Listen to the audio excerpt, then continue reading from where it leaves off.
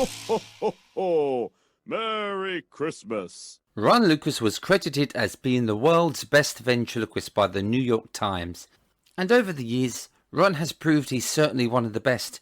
Whether it was invented a new vent-related idea or routines, his row, row, row your boat in particular is extraordinary. Ronn has performed for British royalty and American presidents and once used the legendary comedy Hollywood star Jerry Lewis in his act as a dummy. Ronn has played a ventriloquist in TV dramas including LA Law, Nip Tuck, and has guested on all the major TV talk shows needed to secure his title. In 1989, Ronn signed a contract for British television Thames TV and spent 5 years over here hosting his own TV series, and from that moment I've been in awe of his talent, his generosity, modesty and creativity. We met when I was 14 years old, and then again 16 years later when I was 30, standing in a queue to meet him at his show at the Rio in Las Vegas in 2004. I remember his words. Well, this is the closest I've ever had to a long-lost son turning up. The next morning, we met up for breakfast and chatted for hours. And now we talk on Eyes and Teeth about those times and our collaboration in England in 2016 on a show called Double Talk. The rise of Ronn's career is fascinating, listening to his highlights and big breaks, talking about Jim Henson and Frank Oz and the creation of Buffalo Billy. It's the perfect end to season 3 talking to one of my idols. Ronn over the years has become a friend, and I'm proud to say he's also contributed to my upcoming book Ventriloquist, as he has written the ultimate foreword. So I hope you enjoy my final edition of Eyes and Tinsel and the 12th day of podcasts with Ronn Lucas. Eyes and Teeth. Hi, Ronn. Hello, Steve. I'm just walking into my den, closing the door, shutting out the rest of the world. That's what we all need to do right now. Yes. This is the only thing really, because obviously all of our work has gone. So this year I started to do a podcast, and this has been one of those things that have got me through, talking to my favourite people. So it really has been therapeutic for me. I think that's wonderful. I'm just honored to be remembered. One of the things that somebody rather snarkily in my condominium building where I live made some comment about, well, I guess you're not doing a lot of work now, are you? And I said, well, neither is Sting. Nobody's doing any work. No entertainers have concerts or anything like that. Yeah. Except maybe Garth Brooks, who got smart, and he did it like an old-fashioned drive-up movie theater. He set up stages, and people pulled up in their cars. And wow. There's just a few of those left in the United States. He booked them all. Really? You know, if people do think ahead and really plan and work really hard, there is a way of doing something. But mainly that's outside, isn't it? They're outside shows, which this time of year is not great. Correct. And they're all in their cars. This is true. They're with the concept of the drive-up movie theaters the United States had back in the 50s and 60s and maybe even the 70s. Yeah, we do that now in the UK, but they actually been doing that with comedy clubs, and there's been stand-up shows where people have been driving to the comedy club, and there's a stage outside, but people stay in their cars, and if they think something is funny, they flash their lights instead of laughing. Honking would be a little obtrusive, and it would mess up the neighborhood, wouldn't it? Yeah. I'm still learning that you taught me. That's the one. Say the word Hoffa. Hoffa. Oh, wow. or Haifa, or Hoffa. Yeah, I need to work on that still. Start learning, practice on that, moving your lips first, and then go back and backtrack to not moving your lips. Yes, every time I hear a honk, though, I always think of you. So, that's great to speak to you again, Ronn. Ronn, we go way back to when I was 12 years old, and you came over to the UK, so it was quite a big thing. Yes, Steve. Honest to God, I remember all of that, and I still feel horrible that I warped you and you became a ventriloquist. It's one of those memories, really. They do say don't meet your heroes, don't they? And I did. But you still never. I had every possible opportunity to try to disappoint you, and you don't seem to go away. So I'm very pleased at your stamina. Thank you. Now, you're from Texas, Ronn. Yes. There seems to be many ventriloquists from Texas. Well, we have Jay Johnson, Terry Fator. There's quite a few ventriloquists from Texas. Do they have schools? Terry Fator. Jeff Dunham, yes. Wow. Well, it gets even more peculiar. We're all within about the same 120-mile radius. That's where we're all from. Is it in the water? It's sort of Dallas is that. I want to know where the meteorite hit. Something happened there, right, in Texas, for the disease of ventriloquism started, and it's right. It's incredible. And so your most popular work being seen in the beginning, was it hotels or comedy clubs? Where did you first start to work your ventriloquist act? I've had so many firsts. I think the first place I really got noticed, literally got a response where I thought, oh my God, this is incredible, was my high school talent show. Okay. I started ventriloquism when I was like almost everybody has the same story. I started when I was 8, got to the point where I could talk and move my lips when I was 10, and by the time I was 12 to 15, I was throwing my voice enough to call myself out of class at school and just check myself out and go home. Wow. The reason I say that is because in the United States, our schools then had a very primitive speaker system that was located pretty much in the center of every classroom.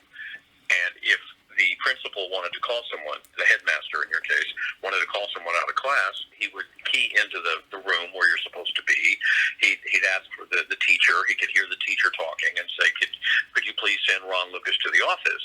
And, without thinking about it, she'd say, okay, he's on his way. So I learned to mimic that voice. I learned to mimic how that sounded. Wow. And I could do it without moving my lips. It was a very flat sound, so an old-fashioned telephone sound. Yes. So what I had to do is I had to get everybody around me, all my friends and mates, to look up, because obviously, you can't throw your voice, you can't put it somewhere else. No. But if you have distance and good wind behind your back, you can fool people. So I just, I did the distant voice thing, and he'd come on, and everybody would look up in the circle of people around me, and so with the teacher, because she's not even near that speaker. She's up against the blackboard, up against the wall. Yeah, sure. And she would send me out. And of course, I'm a good kid. I'm not going to go and get into trouble, and I'm pretty much by myself. Sorry, I'm coughing. Pretty much by myself, and I went home, or went to the park or something, So it worked, and I was so thrilled that it worked, and I couldn't tell anybody except my friends. They were just. I met them after school, and they were just all excited. So the next time, one guy said, well, you got to take me with you. So I did it again, and I used 2 names, his name and mine. Wow. And now, next thing you know, everybody in that group wants to get out of class. And it got so suspicious that the teacher figured it out, found I was a ventriloquist, told the principal. I got into a whole bucket of trouble. It went into my permanent school record that I could throw my voice. And then I started catching hell with other teachers for noises that I didn't do. A cry wolf. Yeah, so... wow. Well, maybe not wolf, but if a dog was barking outside the classroom, one teacher thought it was me, and she sent me out. And so the dog is barking on her left, she's in the middle, and I'm on her right walking out. She's looking side to side, and she's going, well, damn, he's good. That's amazing. Did any of your classmates ask you to teach them so they can all get out of class, or was it something that they were really impressed with, that they wanted lessons, or were they just impressed with what you could do? Anybody who wanted to learn, I would say this is how it works. But distant voicing is a skill, and you have to have ventriloquism down first. You have to get the basics down for a long time. Yes. So I ended up I kind of dismissed ventriloquism just about the time I became a senior in high school. The talent show came up, and I, dusted off my little wooden knee figure and went and did the talent show and worked on a 2 or 3 minute routine, and I got a standing ovation. I had never seen that. Yeah, that's enough to catch the bug. I can still remember the thrill of energy that flowed through me of excitement. Yes. And I thought, how can I get this to happen again? And that really was the first real starting point of my professional career. Eyes and teeth. Oh, that's amazing. How long was it before the Smothers Brothers came along? The Sugar Babies with Mickey Rooney? Was this 5-10 years later, or? Well, let's see. That puts me at 19. So about 22 I'm now working at a advertising agency in El Paso, Texas, and I can build puppets. I was looking at how the Muppets were built. Jim Henson, for some crazy reason, put all the patterns in a Women's Wear Daily magazine, Really? or a Women's Wear magazine, Wow. for how to make your own Muppets. So he got himself in trouble for a long time, because anytime they ever wanted to file any kind of legal action for duplication, people would just bring up the magazine and says, "Well, you gave us the patterns." But he was telling how it was built, and I didn't like using glue. I used a glue gun, melt glue, Right. to build my puppets. And I was building these puppets for, and no one was doing this. I was the only kid. I was the only kid in Texas, in West Texas, that was doing building puppetry, and I was building them for commercials. And wandering through the studio one day was these people from Billy the Kid Boys Wear, and they saw what I was doing, and they said, "Can he build us a puppet that looks like our logo?" Well, their logo was this sort of laid-back, little goofy-looking cowboy. And I said, "I can't copy it exactly. Mouth puppets don't look like this character. Sure. But I think I can duplicate it enough that you're going to think, okay, that's the Billy the Kid logo." And I did. I put it together. So then it was just a puppet from the waist up. Okay. And I was puppeteering underneath it. And we were going to do a commercial, and they said, "Could you give it a body?" And I said, "Okay, but it's going to get in the way." They said, "Well, here's what we're thinking. We're thinking we don't want a commercial. We want you to actually go from shopping mall to store to shopping mall all across the United States and do shows on behalf of Billy the Kid Boys Wear." Wow. So you built your own. It was one of my biggest dreams to tour the country, and it happened in just a few years out of high school. Oh, that's fantastic. So I did. I asked them, the executives in the advertising agency, I said, "Now, here's what's going to be interesting. If you bring me into a board meeting," which they did, they were all sitting at a board table, and I do a little pitch, the puppet, because he's our logo, would know all these executives, but I wouldn't. Right. And they said, "Where are you going?" They said, "Where are you going with this?" And I said, "Well, wouldn't it be funny, interesting, if the puppet introduces me to all these people, because it's their logo?" And they said, "Okay," and they gave me photographs and bios on every single executive, and that's exactly what I did. I walked into the boardroom and introduced myself, and I said, "This is your logo. I've had a great deal of pleasure trying to build and do commercials." And he says, "Hey, let me introduce you to our board president. Okay, this is Tom Myers right here in the corner." And they were blown away. Brilliant. So there wasn't really humor or jokes, but it was just a new kind of situation no one had experienced. And they hired me, and I got paid. They asked me, "How much would you charge us to go to do 50 cities in 50 weeks?" That's incredible. Almost 2 years. So you had to come up with your own fee. Was you confident enough to give them a fee that you were happy with, or did you go above what you should get? Or Well, that's where I'm going with this. Okay. I had my first major thrill and disappointment simultaneously in show business. I've had many since then, where two things happen at the same damn time. They said, "How much would you charge us?" And I just threw out a figure. I mean, it was an astronomical figure to me. I said, $1,200 a week. I mean, I was, working at an ad agency for just a couple $100 a month. Wow. Yeah. And I didn't even know if the ad agency was going to want a percentage of this or not. So I said $1,200 a week, and you have to provide me a van, which at the end of the 2 years will become my property. Okay.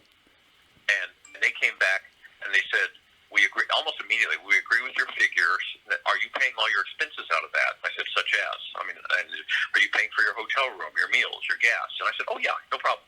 Oh no. And this is 1970s money. Yes. And it was still a lot of money. Sure. And I remember when they said, "Okay, no problem," with the first amount, that I had this elation, like, "Oh my God, I'm going to get it." And then the next very same impulse, it's like the little angel and devil sitting on your shoulder, and the devil is saying, "You should have asked for more." Yes. In hindsight. I was happy with this. This was going to be a great adventure, and it turned out to be just a really, really good adventure. I got really lonely at times. I would have friends of mine from high school, and I'd had a little college under my belt, so some college friends, and they would fly out and they would hang with me for a couple of weeks, and they'd leave again. That was fun. I visited family. I didn't know I had family all across the United States, so I visited distant cousins, relatives, and I made friends. All the sales representatives for Billy the Kid Boys were responsible in each city for, quote, taking care of me and making me happy. So they would put me at expensive hotels, or they try it first, and then I'd say, look, I've got to pay for my own hotel. I'm happy with Howard Johnson or Holiday Inn or Motel 6. Sure. And they try to find some place that was near the shopping center. And it wasn't a horrible job. I would perform 3 to 4 days a week, and then I would have 3 or 4 days to get to the next city. And I also asked to make sure that they had to do the math. I couldn't drive more than 8 hours a day. Okay. Yeah, it's a long time. And there were a few times where I finished like New Orleans and had to get to St. Louis the very next day. And but they were honorable. They said, well, we'll push it back a day, and you'll have 8 hours to get there. And that should be plenty of time to set up. And I had my own staging. I bought my own staging. Brilliant. That had to meet all their standards. The thing that I didn't understand was that I had to bring cans of paint, because taking up a set and taking it down every day or every other day. When I said I was going to perform for 3 or 4 days a week, I thought it was going to be in one location. No, they moved me to several stores. In that one city? I'd go in the morning, set up this set of risers that were a good 4.5 feet tall, and put the decks down and put the backdrop in. Sometimes I just didn't even put the backdrop in. Wow. Because it was a series of flats. I had a rolling box that had all my sound cues in it, and a friend of mine had helped me put together a system that was called, it was a card cueing system. It was what was used back in radio days when they would play a record. It was actually on a continuous loop recording. Wow, that's incredible. And so I could cue the songs by hitting a switch underneath my stool. It was hardwired into the system. So I'd go to the next song and the next song, and then the finale music. And then once it was finished, it was already queued up for the next show. So was this still in the late 70s, Ron? Or was I did all this 1972 through 74. Look back. I'm sorry. No, I graduated high school in 72.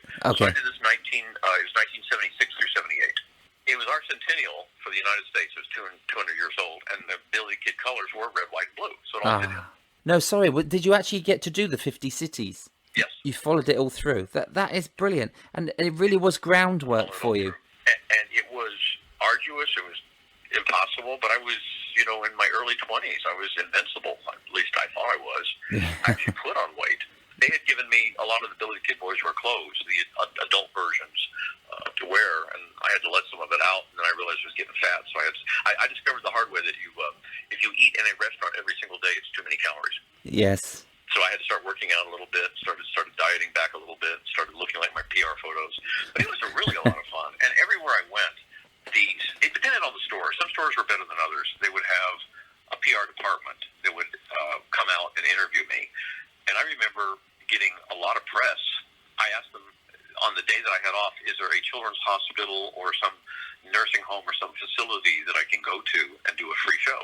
Oh. And wouldn't that garner your store a lot of press? And it worked. Brilliant. For the most part. Yes. There were a couple of really traumatic failures we won't go into, but for the most part it worked.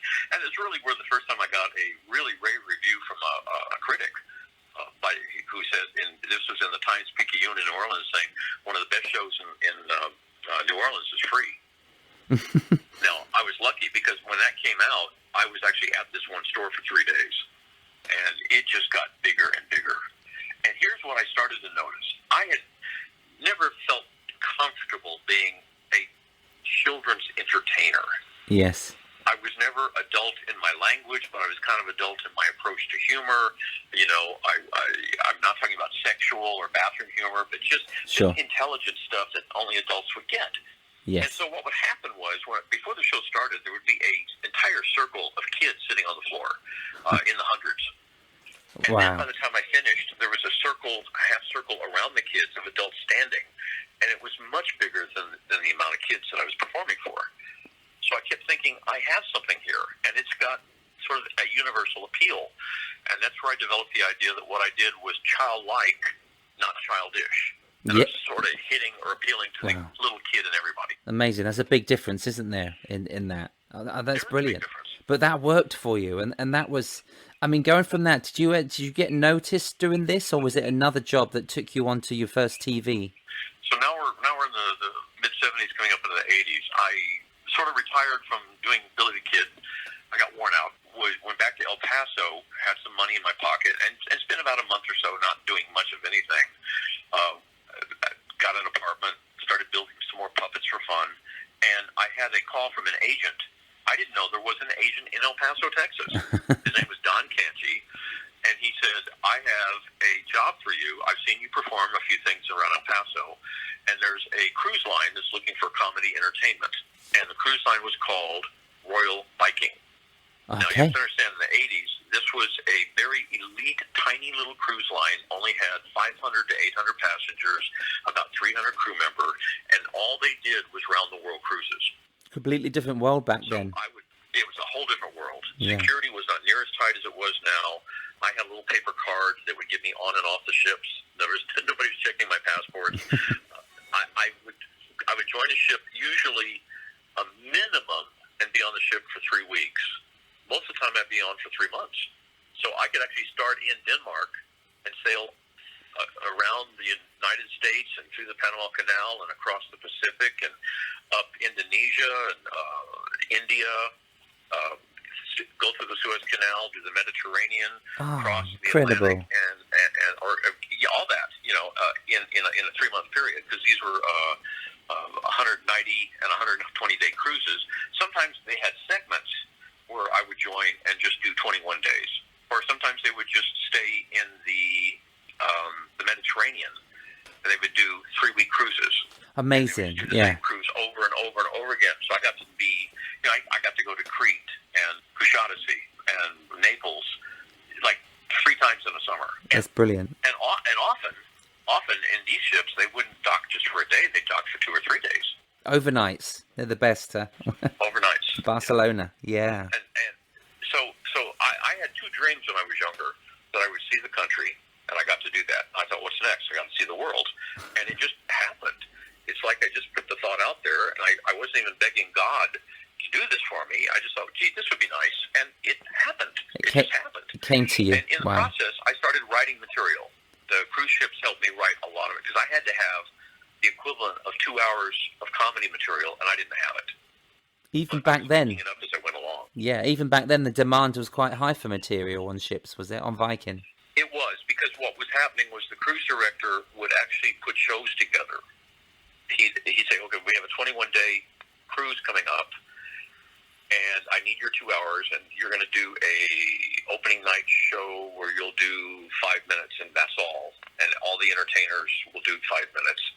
And then a few nights later, you will be the opening act for a singer. You'll do 10 minutes, and the singer will do a 30-minute show. And then several nights after that, I would do my 30-minute show, and someone else would open for me. And then we'd have variety shows. And then I also participated in song and dance shows, like I was a part of the staff. Is really what it felt like. Okay. Yes. And I was learning things. I didn't know, for instance, I had to dine with the passengers.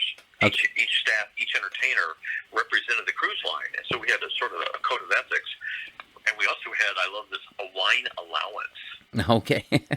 I got nice. Because someone at our table, there were usually tables of 6 to 8. Someone at our table would buy wine for the table, and I would counter by saying, "Well, this is from Royal Caribbean," and I'd pick up the wine the next night. And my allowance was pretty generous, so I didn't pay for any kind of booze at the time. I wasn't much of a drinker, yes. but I was able to do this. And I remember when I sat down the first time, I was on a formal night. I had a brand new tux that I had never worn, had no idea how to put it on even. I sat down with a group of people that I had no idea who they were. They were already involved in the cruise, and I was joining later. Okay. And I was my very first cruise, and I looked at the silverware laid out on the table, and I said, what is the fork and spoon crossed at the top of the plate at? What is that for? And this lovely little old lady said, "Oh, son, that's for dessert. As you eat, they'll be taking silverware away until you're just left with those 2, and that'll be for dessert." And I said, "Can you tell I'm really a novice at this?" And she goes, "Oh, but you're so charming. It's okay." So I got to know this little lady as we were doing a round-the-world cruise. And we stopped off in Valencia. Oh, yes, yes. And in Spain. And she said, "Would you like to come with me and my social secretary to my house?" And I said, "Sure." I had known that she had this assistant, this younger lady. I thought she was a nurse, but she was her social secretary. So we went to this sprawling villa up in the hillside, and I thought, my God, what is this? And then as we sailed further, we wound up again in Hawaii. And she said, would you like to come with me to my house? And she had this glass edifice, which has shown up in a whole bunch of modern sci-fi movies. And then we hit San Francisco, and she said, would you like to come to my house? And I finally said to her, I said, ma'am, I don't mean to pry, but what do you do? And she goes, this is what I like about you, Ron. You're just so sweet, and you're not out for anything. She says, my last name is Maxson. My family built all the container ships and all the containers that travel and carry things all across the planet. Maersk and Maxson and all that stuff. Maersk, so she was an heir to that. Oh, incredible. And I had no idea. I had no idea. So to her, I was just this fun, goofy kid who hung out and was, and made puppets talk. You should have had a mask trunk made up. that looked like a container. Yes, Buffalo so Billy. I maintained those contacts for a while. The dumbest thing I ever did was I met amazing people along the way that really took an interest in my career. And I still had that raging insecurity that I wasn't good enough or important enough to bother these people. I was raised by, these very quiet, self-effacing Texans. You don't want to be a bother. You don't want to disturb anyone. Sure. And at a time when they probably wanted me to give them a call and say, hey, how you doing? Okay. I didn't understand the term networking because to me that was kind of a dirty word. But I also found out later networking meant both parties have something to offer. It's more like a trade-out. Yes. So when you're networking with someone and saying, hey, I've got something that I have to show you, and they're saying, hey, I'm needing someone like you, then it's an equal thing. It's both parties are equal. Not one is constantly helping the other. That's not networking. No, so sure. I didn't understand that at the time. But these are all life lessons, and I was doing it while I was living great. I went to San Francisco with some other passengers that I had met. They asked me to come and stay with them. They told me about the San Francisco stand-up comedy competition and wondered why I didn't enter. And I said, quite honestly, all I'm needing in my life is someone to believe in me enough. All I'm needing in my life is for someone to believe in me enough to give me maybe a year of someplace to live, someplace where I felt safe, and I could grow and develop as an artist. Because I'm constantly on the move. I'm constantly shelling out money. And they said, well, we have a basement apartment in the hills overlooking San Francisco. You can stay there for a year. And I said, well, really? And they said, it's a mother-in-law unit. Well, it turned out it was a basement, but the house was on a hill. I had a picture view of the entire city of San Francisco looking out my bathroom. That's a beautiful thing in your early 20s, yeah. They took me under their wing, and then I entered San Francisco. I had done a couple comedy clubs, and it was pretty brutal. Comics didn't want to know me. Now, this is San Francisco, where variety arts was king. Street theater was king. So they weren't down on prop comics at all. They just felt like, I've been here longer, and you need to get in line behind me as I work my way up the ladder. Yeah. And about that time, I was reading a book called Winning Through Intimidation, which wasn't so much about intimidating other people, but it's knowing how other people end up controlling and intimidating you. Of course. And I wasn't going to be intimidated. No. So I entered this competition, and out of a field of 130 people, competition runs a month, I won. And it was the first time it was taped for Showtime. Brand new thing called stand-up comedy was won by a ventriloquist. And the producers who put it together for Showtime TV, this fledgling cable network, it was a big draw. It was a huge draw. And they said, we have to have more of these. So the producers threw together a few handmade comedy competitions where they grabbed like 5 people, and they had the Great Laff Off Chicago, the Great Laff Off New York, the Great Laff Off Boston or Baltimore or something like that. So there was about 4 cities where they had Great Laff Off competitions, 5 comics, because in my competition, we were culled down to 5 comics, and the judges judged who won. And they had these other cities, and then they decided we need to have a greater Laff Off where the winners of all these competitions would come together in New York City. And all my friends in San Francisco said, you're the only one who won this legitimately. You beat 130 people to get to where you are. Wow. These other guys were like hand-picked. If you don't win, don't come home because we're going to kill you. So talk about pressure. Yeah. Wow. So I ended up, I went to New York and did this. I was actually the last one to perform. And you're going to love the people that I beat. Actually, they were in other competitions, or I performed against them that night, one or the other. But some of the competitors that were in the other competitions were Seinfeld, Eddie Murphy, Wow. Harry Anderson, the magician from Night Court. Yes. And I was the last one to perform, and I was petrified. And I thought, "There's no way in hell I'm going to win this. There just isn't. I'm just too scared." And another comic walked up to me and tried to psych me out by saying, "There's a lot of important people out there, so don't," and he used the F word, "so don't F it up." Really? Wow. And it was so arrogant, I got mad.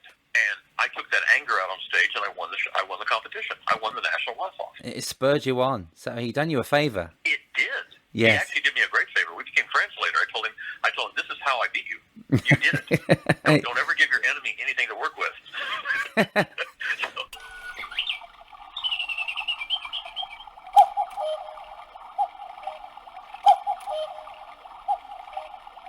Can I just say, Ron, in my hand, I'm holding a VHS cassette tape.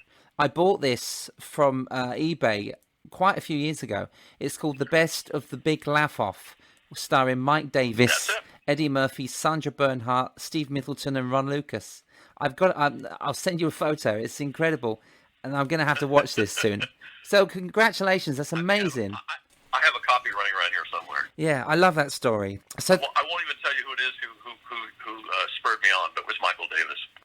Mike Davis, yeah. It was him, yeah. Oh, that's brilliant. And actually, he wasn't performing that night. He was already a star in a Broadway show called Sugar Babies. Okay. And he was a curtain act, meaning that he would perform in front of the curtain while they did the big set change for the finale of the first act or the second act. And his story was phenomenal too. He had actually been in a variety show with Shields and Yarnell that kind of opened and closed the same night. And really? Broadway critic Frank Rich, again, this is back in the 80s. Frank Rich said, "It's really sad, that this show isn't all that good, but there's a star in this, and it's Michael Davis. And too bad he can't find his way into another variety show like Sugar Babies, which had just opened on Broadway." Oh, and I see. Harry Rigby, the producer of Sugar Babies, picked up the newspaper the next morning and read Frank Rich and goes, "Well, who's Michael Davis?" So he auditioned Michael Davis and put him in the show, and Michael became a big hit, won a Drama Desk Award and several other things. So he made a space for him. So guess who was one of my judges the night that I won the Big Laff Off? Wow. The reason Michael Davis was there was that Harry Rigby was one of my judges. Okay, perfect. So he saw me, and he thought, well, I had big success and got a lot of attention from Michael Davis, moving from one Broadway show to another. Let's see if I can do the same thing with Ron Lucas. And so he gave me a spot in the Sugar Baby show. And then for the next 6 years, I was in Sugar Babies. But that was with Mickey Rooney. Was Mickey Rooney on the show the whole time, or was it different The whole time. headliners? Yeah. Okay. There was a few times he took a vacation, but Mickey Rooney and Ann Miller, these were old MGM stars, and people back in the 80s still remembered their childhood and the black and white movies of Mickey Rooney and Ann Miller. Yeah. And they showed up in droves to see this variety show, which was a tribute to the 1900s, the golden age of burlesque and vaudeville. Ron, was that resident for 6 years, or was that touring? It was wonderful. It ran. I was on Broadway I think they ran on Broadway for 4 years, and I did 2 of the 4 years. I was the new blood that came in, and there was lots of space because it was kind of a variety show.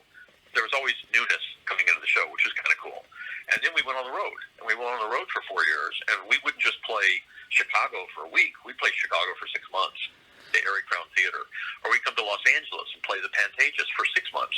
Everywhere I went, I could actually sit down and rent an apartment and rent a car and sort of like make the illusion of home for long periods of time and explore. Yeah, so you got to know cities around America quite quickly in them 6 years, really, and all those 4 years of touring. You just got to know your own country, which is For a young man in his 20s, that is just the greatest experience you can have, isn't it? It's just brilliant. I was approaching my 30s and starting to feel old, but thank you. The touring was fun. I had come to a conclusion that whenever anybody's thrust into new situations, especially because they're traveling, their insecurities just all come bubbling up. And I travel so much that I just stopped being insecure. In fact, you could drop me down in any city, anywhere in the United States, and I could tell you where the post office and the all-night drugstore were. Every major city. I knew where the loops were. I knew how to get on the freeway and all that stuff, just about anywhere. So I just kind of got to know the country about like the back of my hand. And it happened twice. Once with Billy the Kid, and then again with Sugar Babies. Eyes and teeth. When did Buffalo Billy enter your act, and what characters were you using on the Sugar Babies? When I was in Broadway, I was still using the Billy the Kid cowboy puppet. Okay. And I wanted to keep the cowboy look. And I was already in this horrible habit of calling him Billy. I tried switching to other puppets, and I kept calling him Billy because I was in that habit. And while in New York, I befriended some people from the Muppets. I started dating a wonderful woman by the name of Cheryl Blaylock, and she was a costumer for the Muppets. Wow. And she said, I think it's time this Billy the Kid puppet gets rebuilt because, he's starting to wear out. And I said, yeah, I was worried about that. And she said, I can turn you on to some Muppet builders. I said, would Jim Henson even allow that? She goes, let's ask him. And so we did. She took me down to his office one day there in New York City. And he had this wonderful old Victorian Queen Anne style house that had been converted into an office and a workshop. Yes. And he said, I think I always want my builders, if they want to work with you, to do new things. It's just, you got to make sure it doesn't look like a Muppet. Yes. So he had the final say. Okay. And I showed him the character I was using. He said, no, that's obviously it's a mouth puppet, but it's not a Muppet, because to him, Muppets had a lot to do with the eyes, the whites of the eyes, and Billy didn't have any whites. So we did a sketch, and then we started making rounds to all the fabric stores to try to buy the stuff. And we built the new Billy the Kid. Now, at this point, the Billy the Kid Boys Clothing Wear Company probably was starting to fade. But I had written them and said I was going to continue with a cowboy puppet, but it was going to look different. And I wasn't going to call it Billy the Kid anymore. So I basically was making a declaration to see if they thought it was an infringement. And they never responded. I found out years later that they were in so much financial trouble that they could have cared less about their logo at that point. Oh, okay. I made significant changes. I changed the color of the hat. I changed the hair. The only thing that kind of looked the same was the eyes, but I also gave moving eyebrows because I always wanted two black dots. And the reason was when I was on that little stage doing the Billy the Kid tours, and I aimed that puppet at some kid in the audience, I didn't have to be perfect and spot on in terms of eye contact because it was just two black dots. Oh, I see. I knew the biggest secret of puppetry was eye contact. And those eyebrows that you use, the eyebrows make such a big impact because you only use them once during that routine. Yep. And the way you use it, the timing, the puppetry is just stunning, the way you use those eyebrows. The first time I got a character... Very generous. And I'd love to take credit for that, but I can't. I got it from Frank Oz. Really? Because Frank Oz Fozzie Bear had ears that would wiggle. Okay. Do you remember that? Yes. He had a little string, as he's puppeteering Fozzie from underneath, he had a little string he could pull and the ears would wiggle. And he barely ever used it. But when he did, it was always the right moment. Yes. And I said, why don't you use that more often? He says, well, I have a theory. He said, I can't substantiate it because it's just a theory. But if I'm puppeteering Fozzie and his ears wiggle a lot, people go, oh, look, that puppet, that bear can wiggle his ears. But if I use it sparingly, people start thinking, oh, that puppet can do anything. It's much more of an impact, isn't it? Just using it at the right time. Yes. Now they're looking and noticing the puppet doing other things. And it happens all the time. I have people who ask me, how do I make him blink?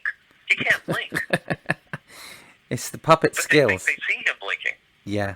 That's what you make them believe by your puppetry skills. I mean, to have advice from Frank Oz, that is a lovely little piece. Oh, my God, yes. Isn't it? To remember that. Oh, my God, yes.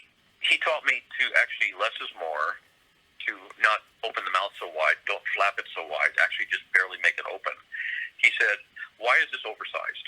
And I said, because early on in my career, I discovered that I was doing shows for large, like high school groups and school groups, and they couldn't see the puppet.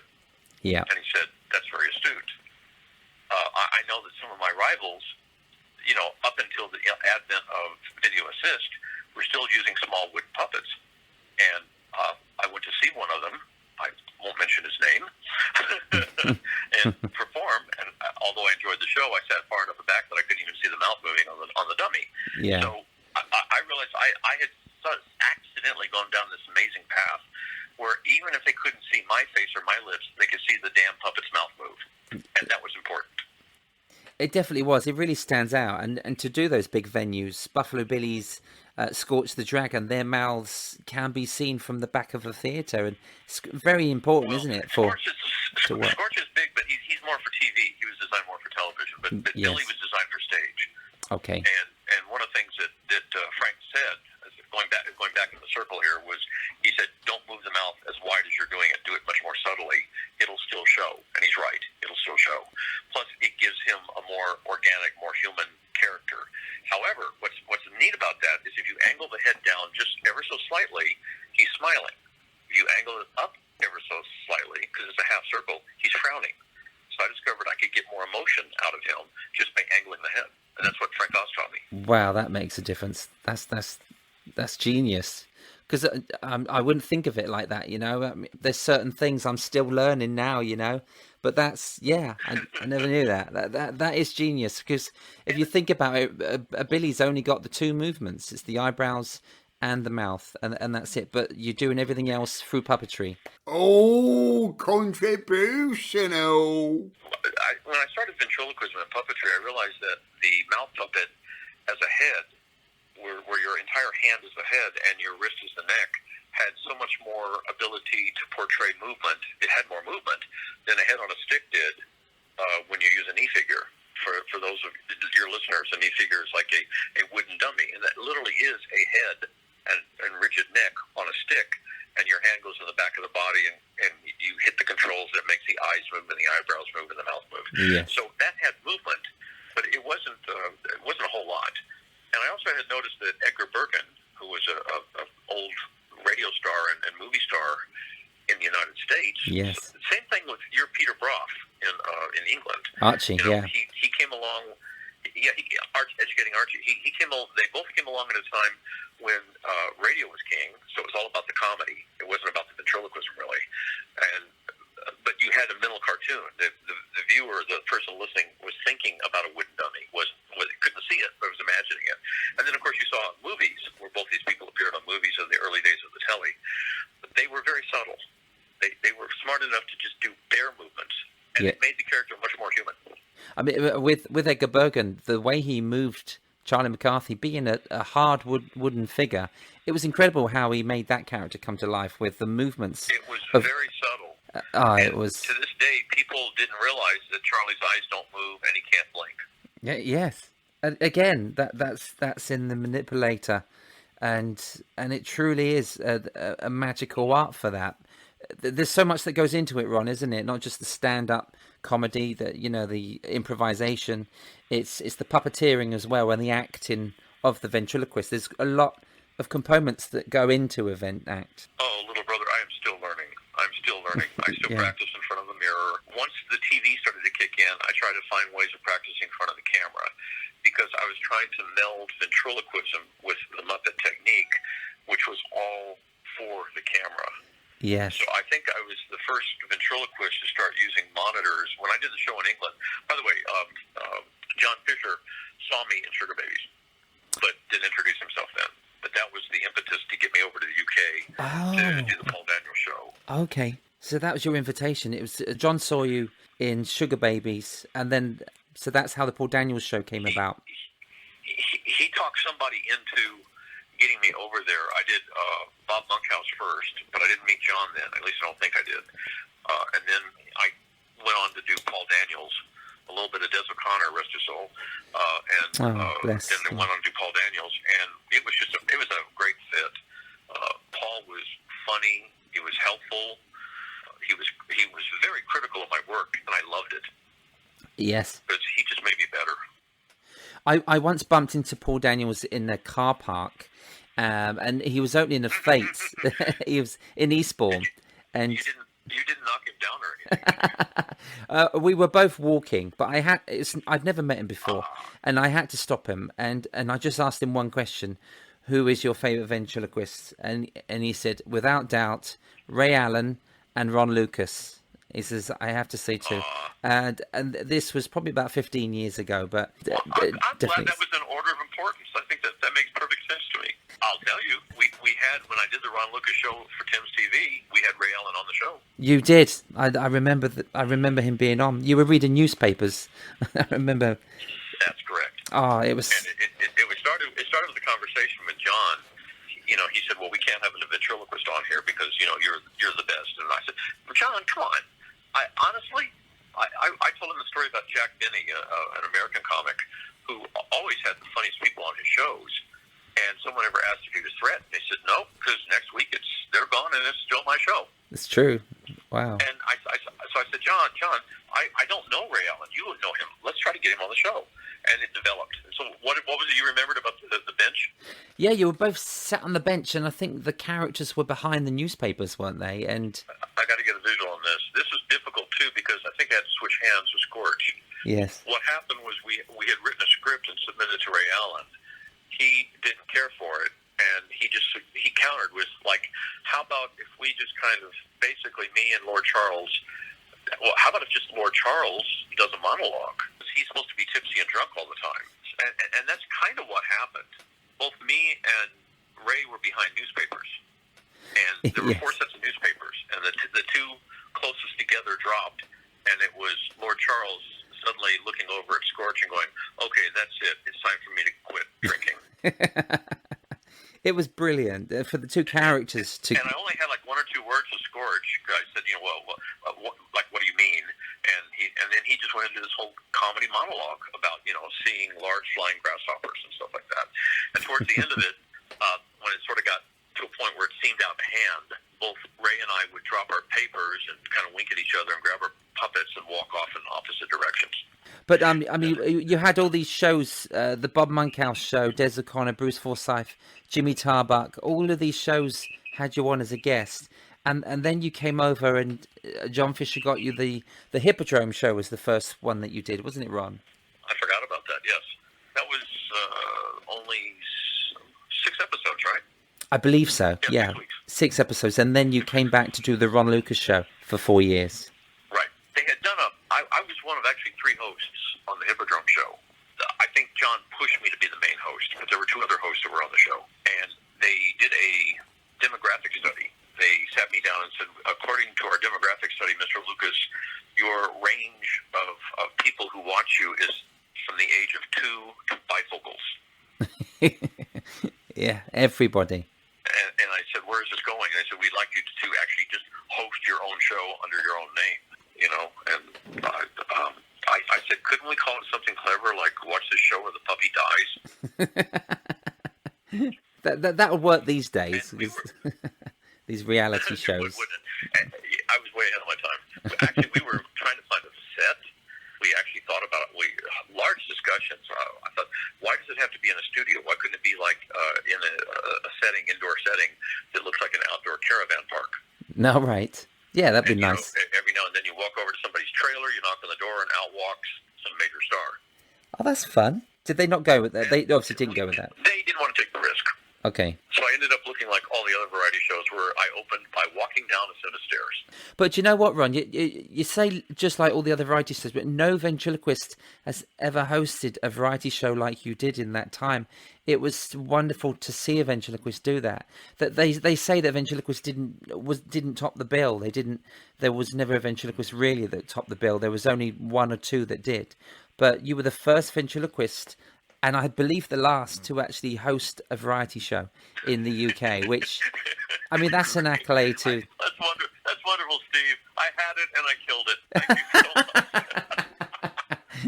so much. just you to turn that into that. I'm still that 12-year-old boy. That idea. Yeah. John was the controlling person person behind all of that, and he was just amazing to work with because he knew every variety act in the world. He was able to get them on the show. He was the one who had faith in me when no one else did to say, look, a ventriloquist can host a show. It's going to work fine. And I think maybe the Hippodrome show was kind of a test for that. He had the passion. He really believed in you, and it was. I mean, for me, it was the first time I witnessed these bright new characters and more skills from a ventriloquist, from the talking sock to Buffalo Billy, the distant voice tricks, the raps with Scorch. You introduced me to so much in the Vent Act, and it just made it popular again. You made me really popular in the school playground because, after the Ronn Lucas show was on, the next day, everyone would come up to me because they knew I was a learning ventriloquist and say, Did you see him last night? Did you see the Ron Lucas show?" And it was just such a great family variety show. And like you say, 2-year-olds to bifocals watched it. I sat and watched it with my nan and granddad. They were so proud because within a few weeks, I went up to the studios and I met you. And I told everyone in school that I met you. It was just a dream come true at that time. Well, that was all due to Jeff Felix. Yeah, Jeff Felix. How did you know Jeff? Jeff made my first ventriloquist dummy, and he was one of the first people. Yeah, he was one of the first people I wrote to, and he gave me all the advice that I needed. You know, since I was 13 years old, he's been such a great help to me over the years. He's just an all-around good guy. I needed an assistant. When I told John Fisher I'm going to need someone who understands ventriloquism and also understands the camera. And he says, I've got a few people for you. And I interviewed Jeff, and the moment Jeff walked in, he had worked for the Muppets. He'd done a couple of Muppet things out of the UK. And then he started talking about ventriloquism, and he was telling me things about ventriloquism. I thought, I don't even know this stuff. He was talking about glottal control and all. And I go, I need to hire this guy just to increase my awareness of what I'm doing. and he had such a dry sense of humor. He was so much fun to work with. I think he also contributed to some of the writing too. Well, he's certainly an encyclopedia, isn't he, of our art, which is... He certainly is. Yeah, everybody went to Jeff.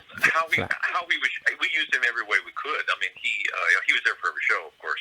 But I mean, I would have endings where Scorch and I might finish with a song, and the camera would pull back, and all the puppets are behind the bar, and they're all waving, and that would be Jeff as one of the people behind there, giving it effects.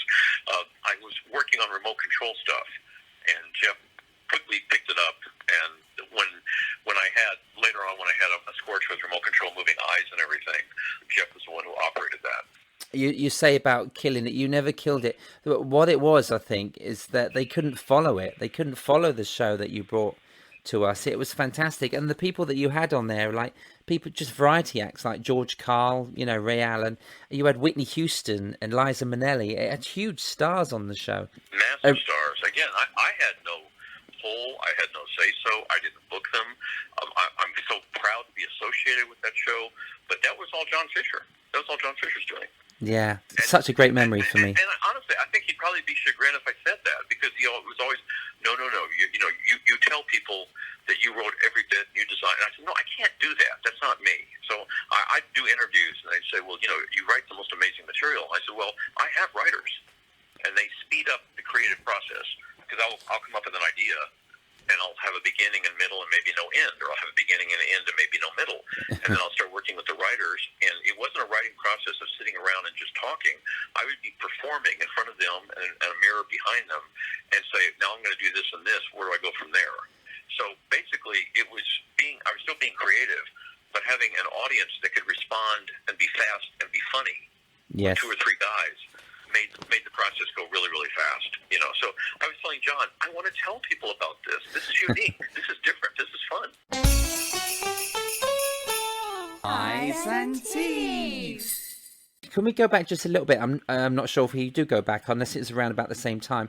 You started to perform for presidents of the United States. Can we just talk a little bit about which presidents that you performed for? And I love the clip with you with Ronald Reagan. The Reagan's clip that you have on your website is fantastic, but you did perform for a few, which you have a lovely show reel for. I'm not quite sure how that happened. I know I had done enough of The Tonight Show that a couple of producers the All-Star Salute to Ford Theater was very similar in structure to your, Gala for the Queen. Okay, Royal Variety And Performance. the Royal Variety Show.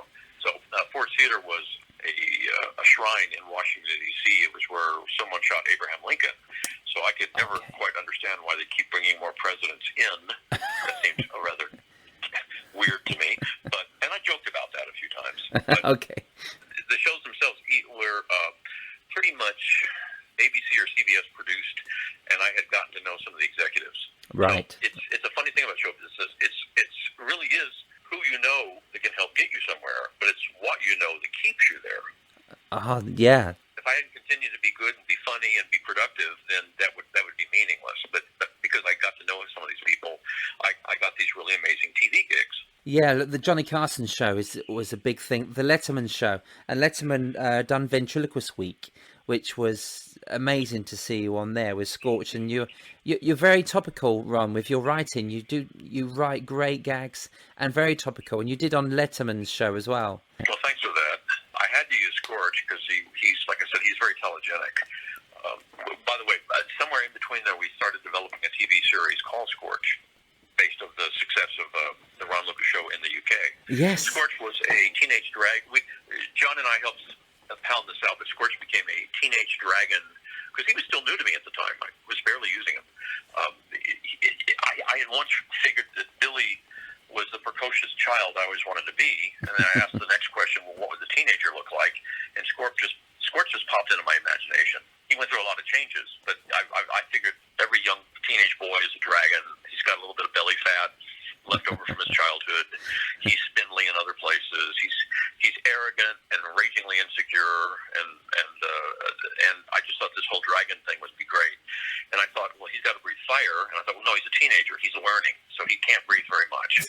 So that gave me an excuse to just have two tiny little bursts of flames come off his nostrils. Yeah. So that whole character was written and developed. The Scorch that you know really actually happened right on camera there for the Ronn Lucas Show because we developed him, and he was the backstory was he was an American dragon who'd come to the UK looking for his roots. Okay. Because dragons were primarily a European thing. There weren't very many dragons in the United States, so he was still trying to figure out who he was and what he was, which we're all doing. Okay, he wouldn't have gone out of place in Game of Thrones. Actually, you should have had a guest spot on that series. Yeah, I missed a golden opportunity there. Sometimes I'm too busy working to work on new stuff. I've been working primarily lately for Royal Caribbean Cruise Lines. Like I said, we're all off work now until the cruising and the vaccines get back into play. Sure. But I find myself traveling so much that I'm not really doing much in terms of new material, and I'm desperate to try to get back into that again. I've used these past couple of months to just loaf. It has been the biggest thrill of my life.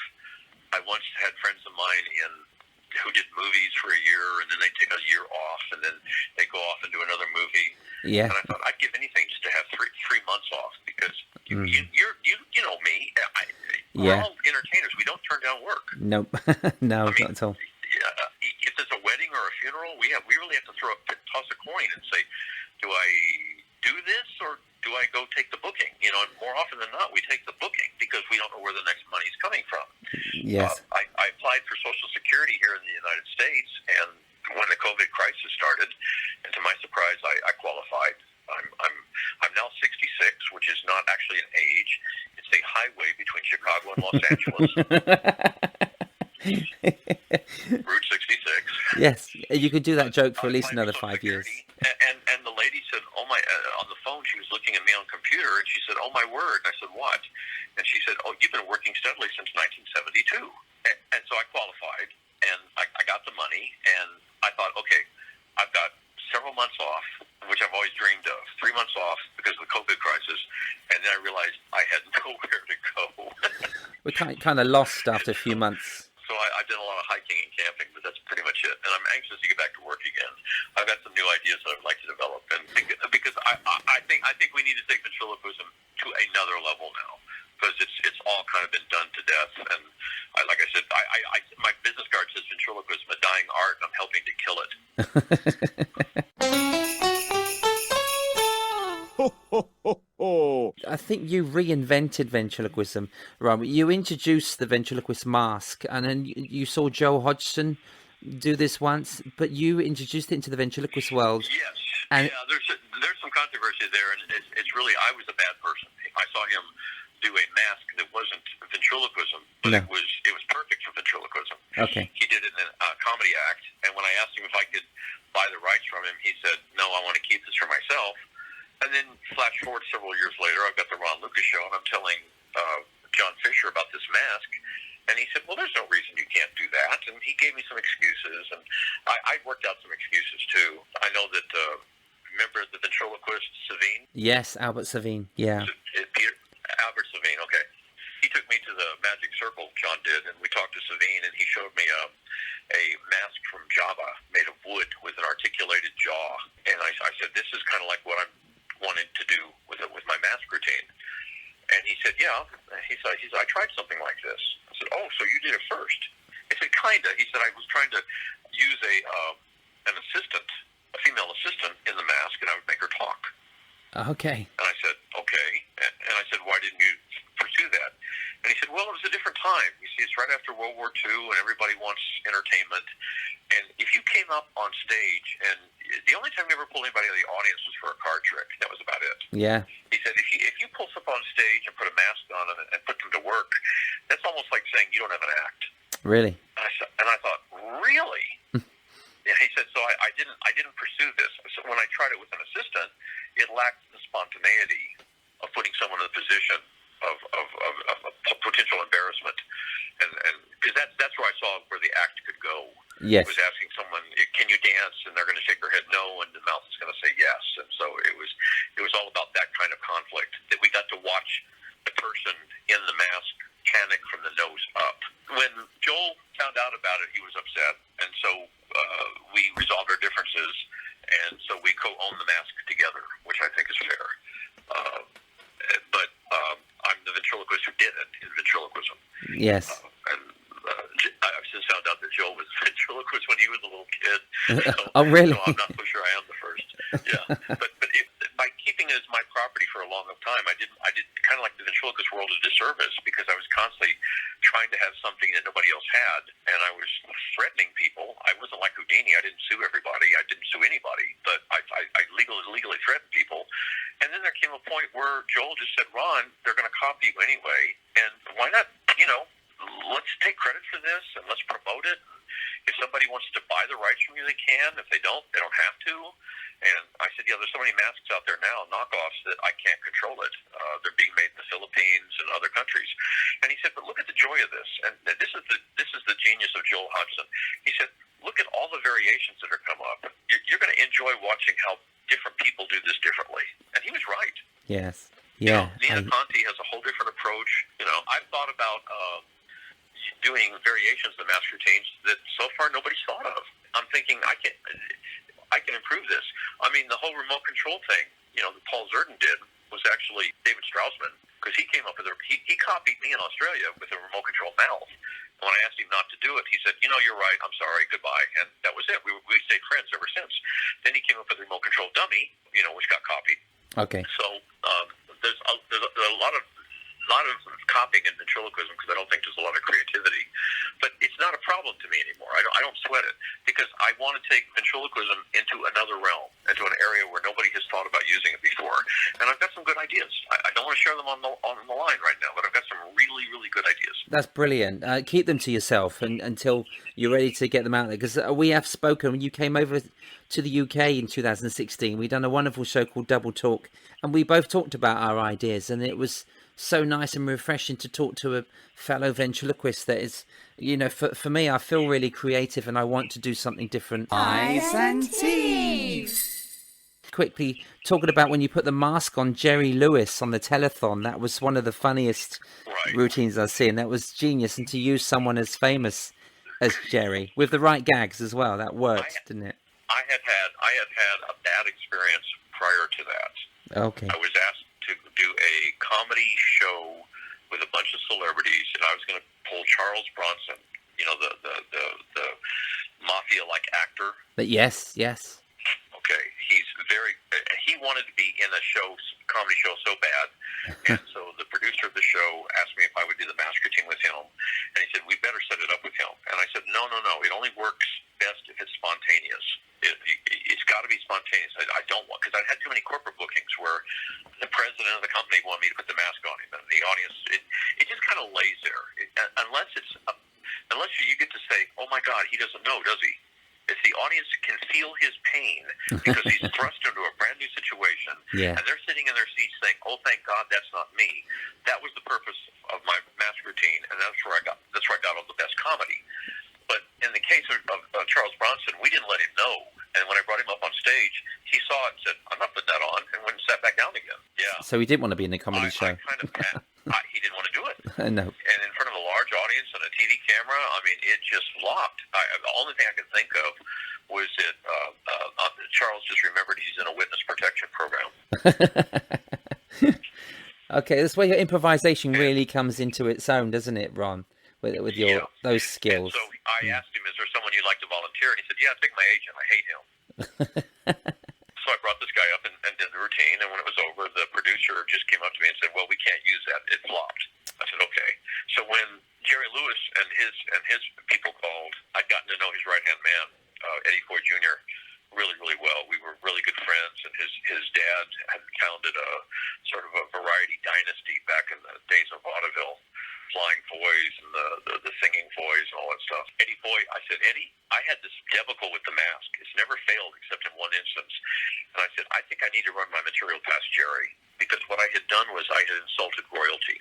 Okay. Charles Bronson was very well known, and I wasn't. He was head over in his mind, and probably the mind of the audience. He was a very important person, and I did not treat him with the dignity he deserved. So I said, "If Jerry wants me to do this, I better run material past him." He goes, "Okay."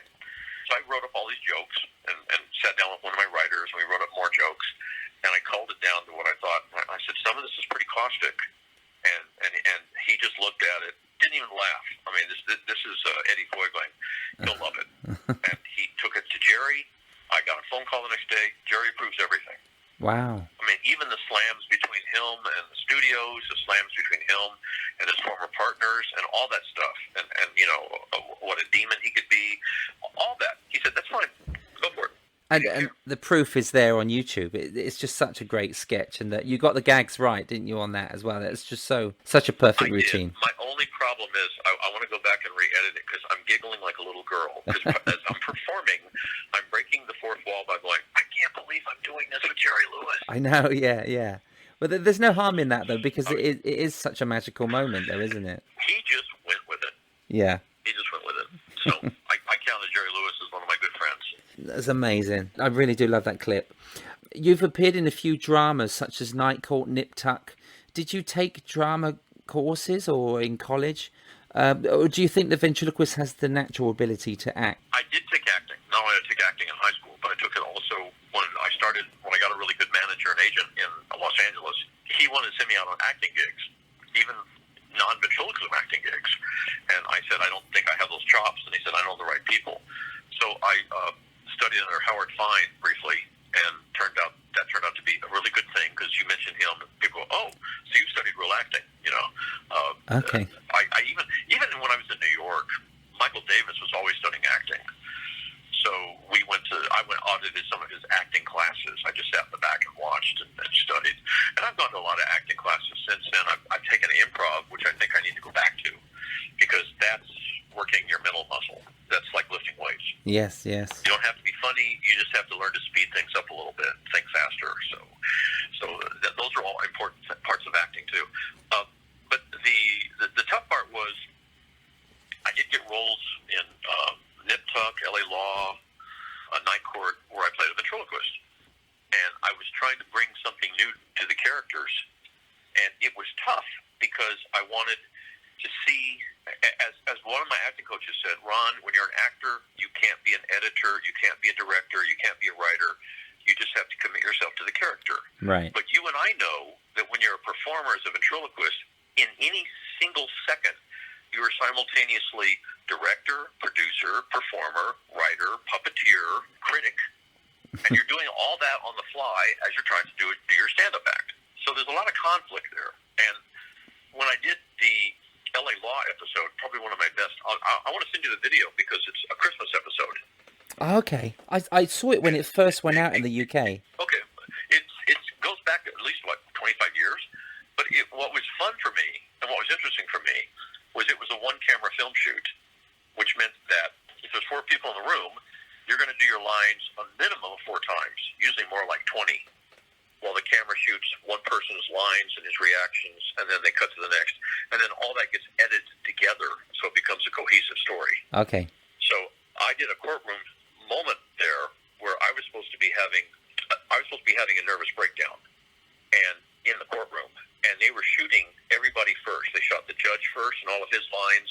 Then we did the scene again, and we shot the prosecuting attorney and all of his lines, and his client, who was a cop, and all of his lines, and my defense attorney and all of his lines. And by this time, I've done my lines so many times, I'm thinking, this is so great.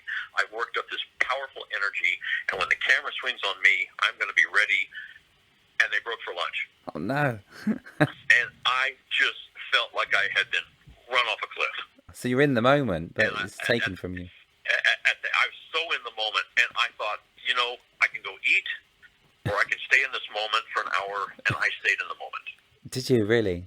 I did. I continued to just work and sweat and be this nervous, terrified character.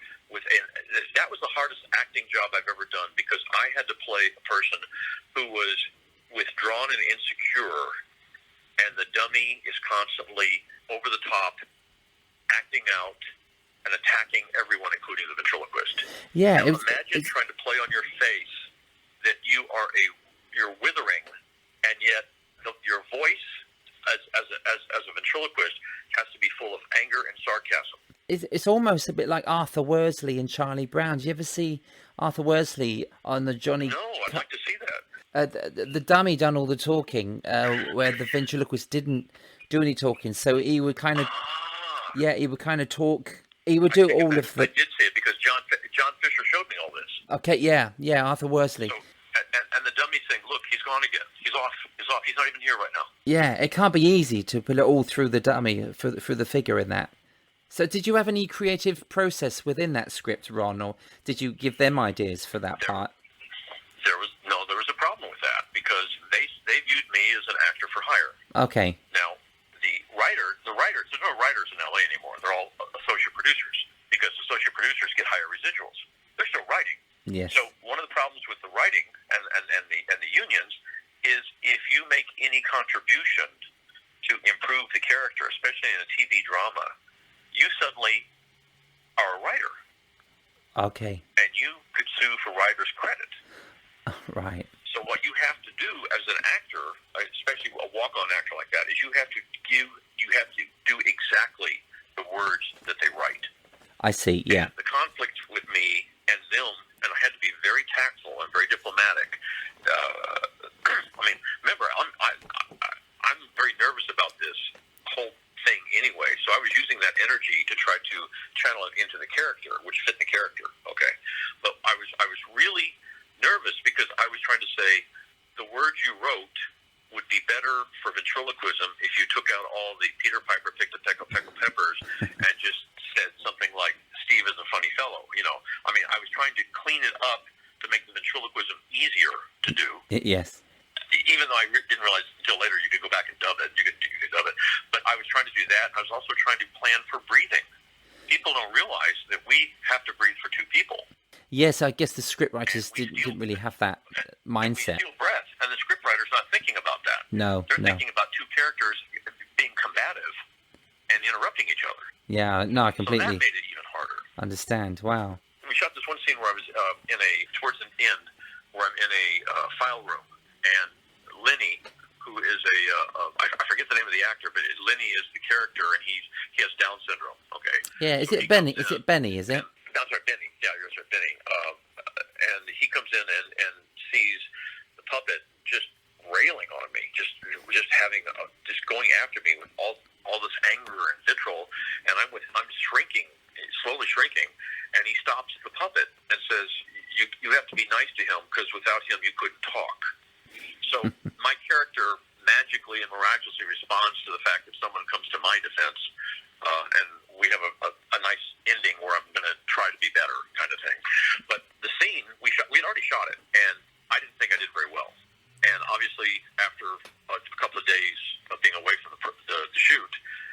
because all my shooting was done. They took 10 days to shoot a 7-day episode. They called me back and they said, this didn't work. And I said, okay, can I pull someone aside, not offend anybody, and tell you why it didn't work? And they said, yeah. I said, I need to look down at the same monitor, because they were doing video assist through the camera. It's a film camera, but they were still shooting video through the lens. Yeah. Something that I actually think Jim Henson pioneered. I think he did, yeah. And so I said, I need a monitor at my feet. So my eye line is looking away from the puppet and looking at the floor, but I'm actually looking at the monitor, and I can now see the puppet and have him play to me and to the camera. That's incredible, because we see you as having a breakdown, looking down at the floor, but whereas you're enhancing that's brilliant. We wouldn't know that.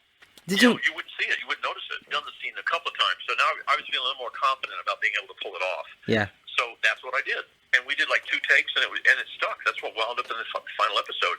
And I always think it's the best bit of acting I've ever done in my career, because I'm having not only to play 2 characters simultaneously, but I'm also watching the monitor and sort of directing. Did you enjoy acting, Ron? Did you enjoy doing that part and Nip Tuck, which you did after? I still do. I love acting, and even without the puppet, please don't be upset. I'm trying to stave off Alzheimer's by memorizing Shakespeare, so I'm still working on stuff. Have you got the complete works of Shakespeare? Do you have that at home? I have a lot of Richard III in my head. Oh, God. Now is the winter of our discontent, made glorious summer by the son of York. I've got a lot of Richard III. I've always liked him because he was a bad guy that everybody fell in love with. He was the first J.R. Ewing. And then I've been working on sonnets. Sonnet number 29. You're learning them all. I'm learning all of them. That's incredible. You do have to keep brain training, don't you? Really, to keep your mind going. This one starts off and it fits you and me. It really does. When in disgrace, with fortune in men's eyes, I all alone beweave my outcast state, and trouble deaf heaven with my bootless cries, and look upon myself and curse my fate. Wishing me like to one more rich in hope, featured like him with friends possessed, desiring this man's art and that man's scope with what I most enjoy contented least. Yet in these thoughts myself despising, happily I think on thee. And then my state, like to the lark at the break of day arising from sullen earth, sings hymns at heaven's gate. For Steve, for thy sweet love remembered such wealth brings, that then I scorn to change my state with kings. That's beautiful. Now how can I get the puppet to pull it off?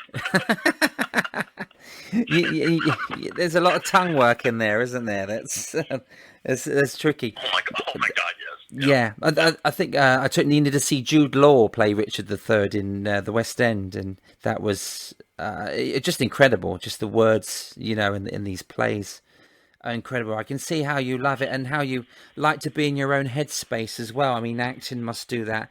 But where I would go and pop out for a walk for an hour, you would pop out for a walk, but you wouldn't come back home for 3 days. You really do like to be out there in the wild, the nature, and you do hikes, don't you, Ron? I mean, is that when you're not working? Is that what you just love to do? You love hiking and camping, and just not being alone, because you sometimes go with friends, don't you? But you do love to walk. I'm not allowed to go alone. My wife won't let me. Okay. I got to take somebody with me. She won't come with me, but I got to take somebody. So, and that's I've always believed in the buddy system. You shouldn't go hiking or wandering off in the wilderness by yourself. No, there's too many movies that. We have wildcats and bears, believe it or not. Oh, okay, yeah. But yeah, camping and backpacking, which has no relationship really, but it has every relationship when you think about it, to performing a ventriloquism. It is my reset button. And just even an overnight hike where I spend the night in the wilderness and watch the moon come up and cook over a fire, and, listen to the crickets. Just that alone can help me chill all the cobwebs from my mind and prepare myself to, go on and come home and try to do something different. That's incredible. Do you actually bring any of that mindset to your stage? Because when you came over and we'd done a show together in Eastbourne and Basingstoke, your backdrop, your digital backdrop was Was it? I just remember seeing the moon up there for some reason. Right. It was just Right. it's just a really That was, beautiful setting. I'm trying to create an environment where ventriloquism works in even a dramatic setting. Yes. Because when you tell stories, I think that means more than if you just do comedy routines. And I love your relationship with Arthur because of the age difference. It really shows up. Sometimes you are impatient with him. Sometimes you're just like rolling your eyes like, I can't believe I have to take care of this old codger. and it's a wonderful bit of magic that you do. And that's acting, my friend. It's wonderful. Oh, bless you. Well, thank you. But I think one day I'm going to end up his age. We're going to be twins. But Ron, there's one thing. There's another thing that you taught me, and it was a beautiful thing that you said. You said, I don't do an act when I go and work on a cruise or in a theatre.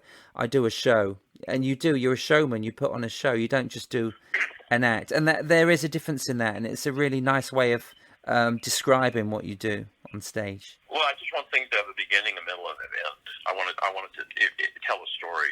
My show in Vegas was a story arc of sorts. I learned some things from watching Cirque du Soleil that sometimes you actually don't have to have a story. You just have to have all the components of a story in some semblance of order, and the audience will make a story out of it for you. It's so powerful. It's who we are, where we're coming from, where we're going. These are the age-old questions that have been around since man has been around.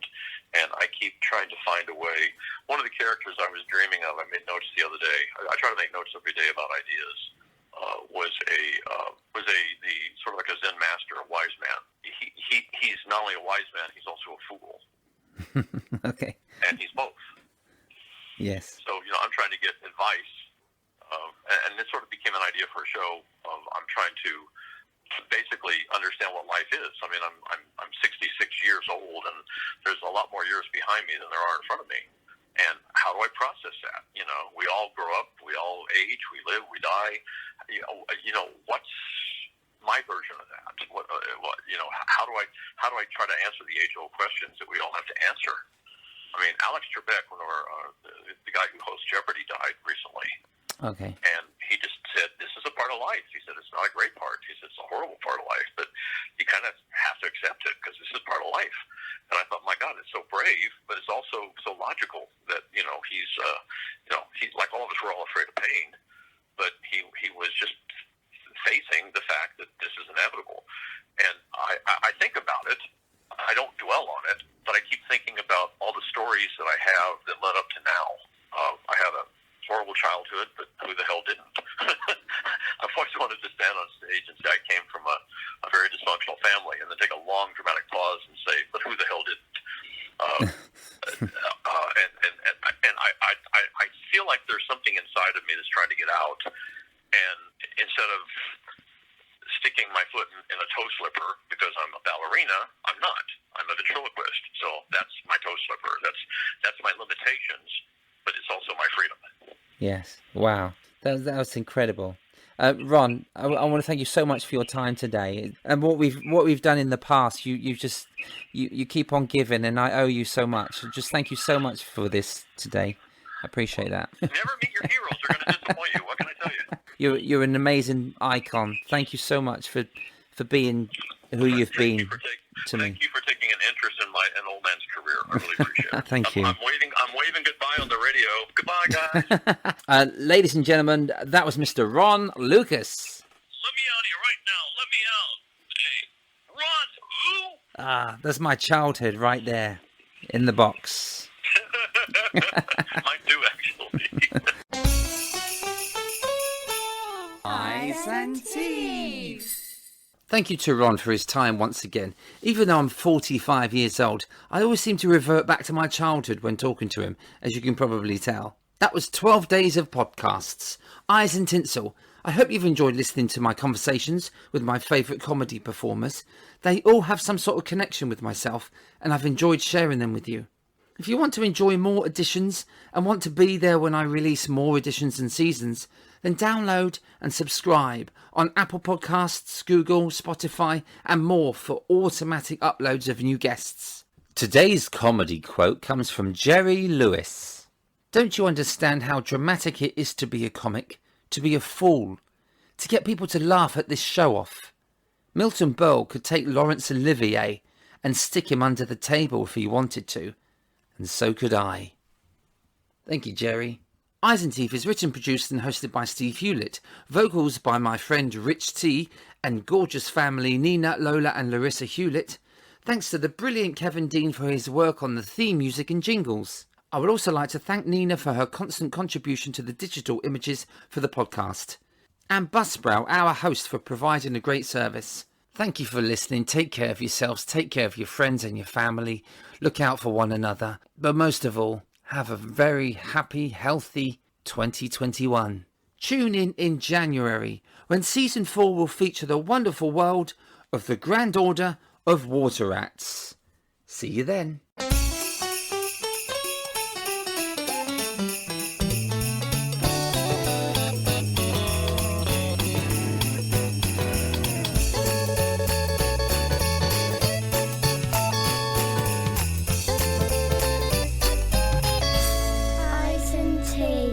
Ho, ho, ho, ho!